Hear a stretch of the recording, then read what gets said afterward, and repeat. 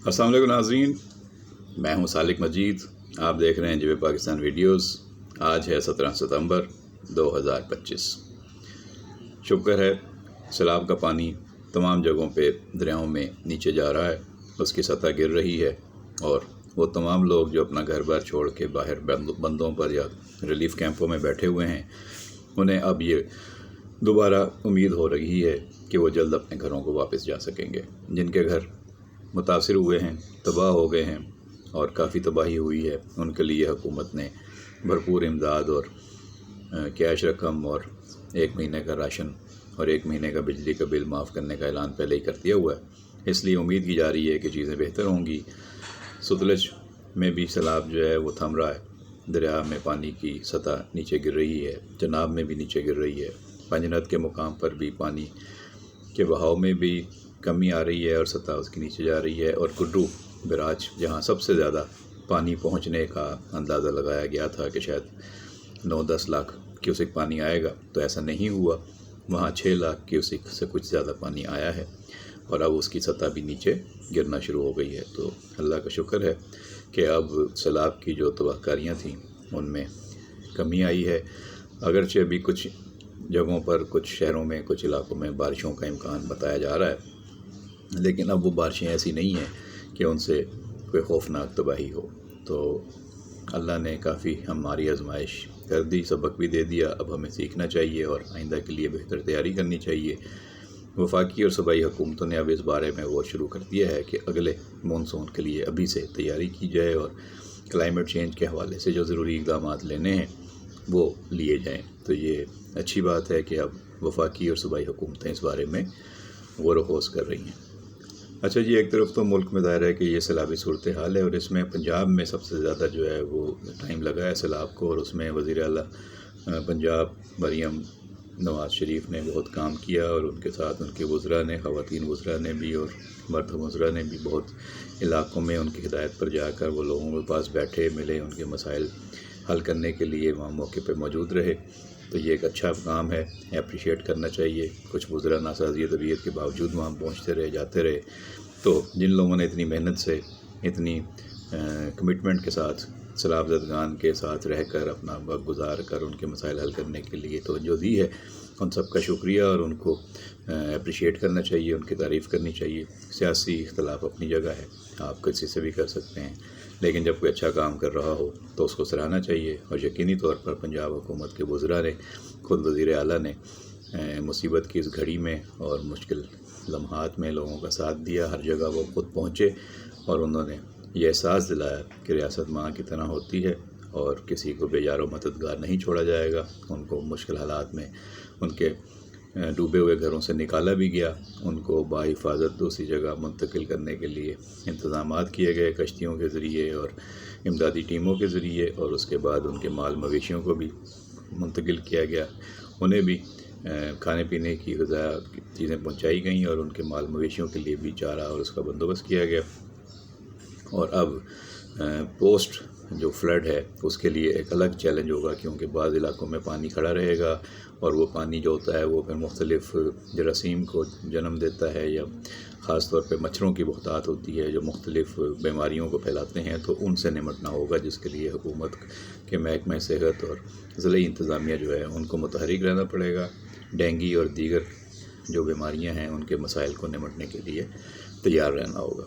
اچھا جی، وزیر اعظم شہباز شریف صاحب عالمی معاذوں پہ پاکستان کا مقدمہ بھی لڑ رہے ہیں، اور پاکستان کے ساتھ ساتھ جو مسلم امہ کو درپیش مسائل ہیں ان پر بھی آواز اٹھا رہے ہیں۔ دوحہ میں وہ بڑی کانفرنس میں شریک ہو کے آئے، اور دوحہ میں انہوں نے عالمی رہنماؤں سے ملاقاتیں کی قطر میں، اسرائیل کے 9 ستمبر کے حملے کے بعد، اور اب وہ سعودیہ، امریکہ اور برطانیہ کے دورے پر روانہ ہوں گے۔ اس کی تیاری ہو رہی ہے، 3 ملکوں کے دورے کا آغاز وہ سعودی عرب سے کریں گے، اور اس کے بعد وہ امریکہ اور برطانیہ بھی جائیں گے۔ سعودی عرب میں ولی عہد محمد بن سلمان سے ان کی ملاقات ہوگی۔ ان کی ملاقات ویسے دوحہ قطر میں بھی ہوئی ہے، اور وزیر اعظم شہباز شریف کا دورہ امریکہ 25 ستمبر کو ہوگا۔ وہاں پہ امریکی صدر ٹرمپ سے ملاقات کا امکان بتایا جا رہا ہے، اور وزیر اعظم کے دورہ اقوام متحدہ کے دوران وزیر اعظم شہباز شریف کی صدر ٹرمپ سے ملاقات متوقع ہے۔ ابھی اس کا کوئی کنفرمیشن شیڈول نہیں آیا، لیکن یہ ملاقات متوقع بتائی جا رہی ہے۔ اچھا جی، ایشیا کپ میں پاکستان اور بھارت کے میچ کے حوالے سے جو میچ ریفری کا تنازع کھڑا ہوا تھا، جس کو بدلنے کے لیے پاکستان نے درخواست دی تھی. پہلے خبر آئی تھی کہ پاکستان کی درخواست مسترد ہو گئی ہے، لیکن پھر بعد میں یہ صورتحال پتہ چلی کہ اب وہ پاکستان کے آئندہ کسی میچ میں وہ میچ ریفری نہیں ہوں گے. تو اب یہ سوال اٹھایا جا رہا ہے کہ اس میچ ریفری کے خلاف کیا ایکشن لیا گیا ہے. اور اینڈی پائی کرافٹ ہیں جن کے بارے میں کہا جا رہا ہے کہ پاکستان کے میچوں میں ریفری نہیں ہوں گے. اور اب پاکستان کا جو اگلا میچ ہے وہ متحدہ عرب امارات کے خلاف ہے. کل افغانستان اور بنگلہ دیش کا ایک اچھا میچ ہوا، جس میں افغانستان جو ہے وہ جیتتے جیتتے ہار گیا، اور بنگلہ دیش نے بہت اچھا ڈیفینڈ کیا اپنے اسکور کو، اور 8 یا 9 رن سے فتح حاصل کی. تو آخری گیند پہ شاید 9 رن چاہیے تھے اور وہ آؤٹ کر دیا انہوں نے. 8 رن سے بنگلہ دیش جیتا ہے. اب پاکستان کو بھی اگلا میچ جیت کر اگلے راؤنڈ کے لیے کوالیفائی کرنا ہوگا. اب دیکھتے ہیں پاکستان ٹیم انڈیا سے ہارنے کے بعد اپنے آپ کو ٹورنامنٹ میں واپس لاتی ہے کس طریقے سے، اور آگے پاکستان کس طرح اس معاملے میں کنٹرول کرتی ہے چیزوں سے اور آگے بڑھتی ہے. اور جناب، اب جو خبر ہے وہ کراچی سے ایک بہت ہی افسوسناک خبر میں پڑھ رہا تھا کہ سی بی یو کے قریب خاتون سمیت 2 افراد کی لاشیں برآمد ہوئی ہیں. یہ سی بی یو کے قریب اپارٹمنٹ کی پارکنگ ہے، وہاں ایک گاڑی کھڑی تھی. خاتون سمیت 2 افراد کی لاشیں وہاں موجود تھیں، جن کے بارے میں اطلاع دی گئی پولیس کو. پولیس پہنچی، پولیس نے ساری صورتحال کا جائزہ لیا، اور جو ابتدائی معلومات ملی ہے اس کے مطابق مرد کی شناخت شہباز ملک کے نام سے ہوئی ہے، جو ریٹائرڈ سرکاری افسر تھے. پولیس کا کہنا ہے کہ ممکنہ طور پر گاڑی میں گیس بھرنے سے موت واقعہ ہو سکتی ہے ہوئی ہو. دوسری جانب لیاری چاکی واڑہ میں فلیٹ سے ایک شخص کی لاش بھی ملی ہے. تو یہ اس طرح کے کرائمز کی واقعات ساتھ ساتھ چلتی رہتی ہیں، لیکن یہ خبریں ہم بالکل نظر انداز بھی نہیں کر سکتے، کیونکہ بعد میں ان کا تانا بانا کہیں نہ کہیں کسی اہم واقعے سے بھی جڑ جاتا ہے. اچھا جی، مارخور جو پاکستان کا قومی نشان بن گیا ہوا ہے جانوروں میں، تو اس میں مارخور کا غیر قانونی شکار جو ہے وہ اب 5 کروڑ 7 لاکھ روپے جرمانہ اور 1 سال قید ہوا کرے گی. تو گلگت بلتستان کے ضلع استور میں مارخور کے غیر قانونی شکار پر ایک شخص کو 1 سال قید کی سزا سنا دی گئی ہے. ملزم پر 5 کروڑ 7 لاکھ روپے مارخور کا معاوضہ اور 2000 روپے جرمانہ بھی عائد کیا گیا ہے. محکمہ جنگلات استور کے ڈسٹرکٹ فارسٹ آفیسر سید نعیم عباس کے مطابق ملزم نے 2 روز قبل ڈویا یونین میں مارخور کا غیر قانونی شکار کیا تھا. ان کے مطابق معاوضہ ادا نہ کرنے کی صورت میں ملزم کو مزید 1 سال کی قید گزارنا ہوگی. ڈی ایف او کے مطابق ایک اور کارروائی یہاں چیک پوسٹ کے قریب کی گئی، جہاں 5 من قیمتی جڑی بوٹی کی اسمگلنگ ناکام بناتے ہوئے ایک ملزم کو گرفتار کر کے گاڑی سمیت جڑی بوٹی ضبط کر لی گئی، جبکہ ملزم کو 15 روز قید اور 50,000 روپے کا جرمانہ بھی عائد کیا گیا ہے. اچھا جی، پاکستان ٹیم تو پتہ نہیں فارم میں آئے گی یا کب آئے گی نہیں آئے گی ایشیا کپ میں، لیکن اس وقت جو ہیں وہ خواجہ آصف صاحب بڑی فارم میں ہیں، اور وہ اتنی فارم میں ہیں اور وہ ہر جگہ باتیں کر رہے ہیں. اور انہوں نے اب اتنی لمبی باتیں کر دی ہیں، لمبی چوڑی باتیں کر دی ہیں کہ لوگ کہہ رہے ہیں کہ یہ باتیں وہ اس وقت کیوں کر رہے ہیں، اس کی ٹائمنگ کیا ہے اور اس کا مقصد کیا ہے. مثال کے طور پہ انہوں نے یہ کہا کہ کسی کو بھی یہ غلط فہمی نہیں ہونی چاہیے کہ قطر میں جو کچھ ہوا ہے وہ امریکہ کی مرضی کے بغیر ہوا ہے. ان کا کہنا ہے کہ مجھے کوئی شک نہیں، امریکہ میں جو کچھ بھی ہوا ہے وہ قطر میں جو کچھ بھی ہوا ہے وہ امریکہ کی مرضی سے ہوا ہے. یعنی کہ وہ اسی طرف اشارہ کر رہے ہیں کہ جو 9 ستمبر کو قطر پہ حملہ کیا تھا اسرائیل نے، تو وہ امریکہ کی مرضی سے ہوا تھا. یہ تو خیر خبر آ بھی چکی ہے کہ اسرائیل نے جب حملہ کرنا تھا تو اس سے پہلے انہوں نے امریکی صدر کو آگاہ کر دیا تھا. اور دوسری بات یہ ہے کہ وہ کہہ رہے ہیں کہ جی Osama bin Laden made in U S A product تھا. اسامہ بن لادن کو سوڈان سے اس وقت کے سی آئی اے کے ڈائریکٹر جنرل ضیاء کے پاس لے کر آئے تھے. یہ افغان طالبان کی شرط تھی کہ ہمیں کوئی شہزادہ چاہیے جو قیادت کرے. اسامہ بن لادن نے میڈ ان امریکہ جہاد لڑا. اس میں کوئی اسلامی یا مسلمانوں والی بات نہیں تھی. سیدھی بات یہ ہے کہ امریکہ کے تحفظ کے لیے جہاد لانچ کیا گیا تھا. قطر میں حماس کے رہنما امریکہ کی رضامندی سے بیٹھے ہوئے تھے، لیکن اسامہ بن لادن امریکہ یا کسی کی رضامندی سے نہیں بیٹھا ہوا تھا. انہوں نے کہا کہ یہ خوش فہمی یا غلط فہمی کسی کو نہیں ہونی چاہیے کہ قطر میں سب کچھ امریکہ کی مرضی کے ساتھ ہوا ہے. امریکہ اور اسرائیل کے درمیان سے ہوا بھی نہیں گزرتی. مسلم دنیا کو غلط فہمی دور کرنی چاہیے کہ اسرائیل امریکہ کا نہیں بلکہ امریکہ اسرائیل کا پروڈکٹ ہے. اسرائیل امریکہ کے اندر حکومت کرتے ہیں. کل کی کانفرنس میں عرب ممالک کے اندر بھی یہ احساس موجود تھا۔ ٹرمپ کہتے ہیں دوبارہ نہیں ہوگا، لیکن میں کہتا ہوں جب بھی تل ابیب حکم کرے گا دوبارہ بھی ہوگا۔ میں سمجھتا ہوں کہ مسلم دنیا کو نیٹو کی طرز پر ملٹری الائنس بنانا چاہیے جو کسی کے خلاف نہیں ہو بلکہ دفاع کے لیے ہوگا۔ مارکہ حق میں پاکستان نے ثابت کر دیا کہ بے تیغ بھی لڑتا ہے سپاہی۔ اب یہ ساری باتیں انہوں نے کر دی ہیں اور اس پہ اب ظاہر مزید بحث ہوگی کہ خواجہ آصف صاحب یہ باتیں کیوں کر رہے ہیں اور اس کا موقع کیا ہے اور اس کیوں یہ باتیں کی گئی ہیں۔ بہرحال چیزیں جو ہیں وہ کوئی اتنی اچھی نہیں ہیں جیسے کہا جائے کہ مسائل پیدا ہی ہوں گے پاکستان کے لیے۔ اگر دوسری طرف یہ خبر بھی آ رہی ہے کہ پاکستان کو شاید سفارتی طریقہ کار سے یہ کہہ بھی دیا گیا ہے کہ وہ اسرائیل کے خلاف یا مسلمانوں کا جو لیڈر بننے کا جو خواب ہے اکٹھا کرنے کا، اس معاملے میں جو جتنی زیادہ آپ سمجھ لیں کہ متحرک کردار ادا کرنے کی کوشش کر رہا ہے تو اس سے شاید پاکستان کو روکنے کی کوشش بھی کی جائے گی، یا اس کے لیے پاکستان کو اندرون ملک جو مختلف فرنٹ ہیں جو محاذ ہیں وہ کھول دیے جائیں، جیسے کہ خیبر پختونخوا میں ہم دیکھ رہے ہیں دہشت گردی بڑھ رہی ہے، بلوچستان میں دہشت گردی بڑھ رہی ہے۔ تو یہ جو پراکسیز ہوتی ہیں ان کو ایسے موقع پہ ایکٹیو کر دیا جاتا ہے تاکہ ملک جو ہے وہ کسی بڑے معاملے میں جا کے اپنا کردار ادا نہ کر سکے اور اس کی حکومت جو ہے وہ اپنے معاملات میں پھنس جائے، الجھ جائے۔ یہ ہم دیکھ چکے ہیں ماضی میں، ترکی میں بھی، عراق میں بھی اور اس طرح کی چیزوں میں۔